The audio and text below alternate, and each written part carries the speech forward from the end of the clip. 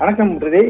கர்நாடக மாநில முதல்வர் டி.கே. சிவகுமார் நேற்றைய தினம் டெல்லி சென்று அந்த நிதி ஆயோக் கூட்டத்தில் கலந்து கொண்டார். பின்னர் கூட்ட முடிவில் பிரதமர் மற்றும் நிதி அமைச்சரை சந்தித்து சில அனுமதிகள் கேட்டுள்ளார். குறிப்பாக கர்நாடக மாநிலம் ராமநகர் மாவட்டத்தில் உள்ள மேகதாட்டு என்ற இடத்தில் அணை கட்டுவதற்கு ஏற்கனவே உச்சநீதிமன்றம் தமிழகத்தின் மனுவை தள்ளுபடி செய்துள்ளது.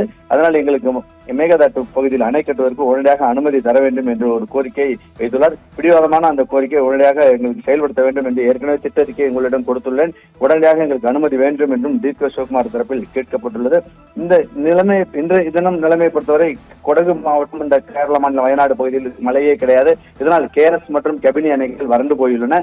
இந்த நேரத்தில் மேட்டூர் அணையை பொறுத்தவரை இன்றைய தினம் தமிழகத்தின் டெல்டா மாவட்டங்களுக்கு தண்ணீர், அதாவது பாசனத்துக்காக தண்ணீர் திறந்த நிலைமையில் தமிழக அரசு இருந்தது. ஆனால் 2 அணைகளிலும் போதிய அளவு தண்ணீர் இல்லை. இருப்பினும் கடந்த ஆண்டுகளை பார்க்கும்போது அந்த குறிப்பாக கர்நாடக மாநிலத்தில் அதிக அளவு மழை பெய்து கேரஸ் மற்றும் மேட்டூர் அணைகள் நிரம்பி கடலுக்கு சென்ற கருத்தும் உள்ளது. ஆனால் இந்த வருடத்தை பொறுத்தவரை தென்மேற்கு பருவமழை இதுவரை பெய்யவில்லை.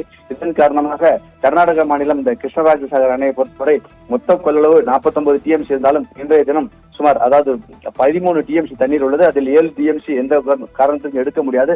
மீதமுள்ள அந்த குறிப்பிட்ட மாதிரி உள்ள 7 TMC தண்ணீர் அந்த உள்ளூர் பொதுமக்களின் குடிநீர் தேவைத்தான் பயன்படுத்த இயலும். இதேபோல் கபினி அணையிலும் நீர்மட்டம் இல்லை. 2 அணைகளும் தற்போதைய நிலைமைக்கு வறண்டு போய் காணப்படுகின்றன. இதனால் அந்த பகுதி விவசாயிகளுக்கும் தற்போது தண்ணீர் இல்லை. அதேபோல் காவிரி டெல்டா மாவட்டங்களான தஞ்சாவூர், திருவாரூர், தஞ்சை அந்த மாவட்டங்களுக்கும் குடிநீர் திறக்க இன்றைய தினம் மேட்டூர் அணையிலிருந்து தண்ணீர் திறக்கப்படவில்லை.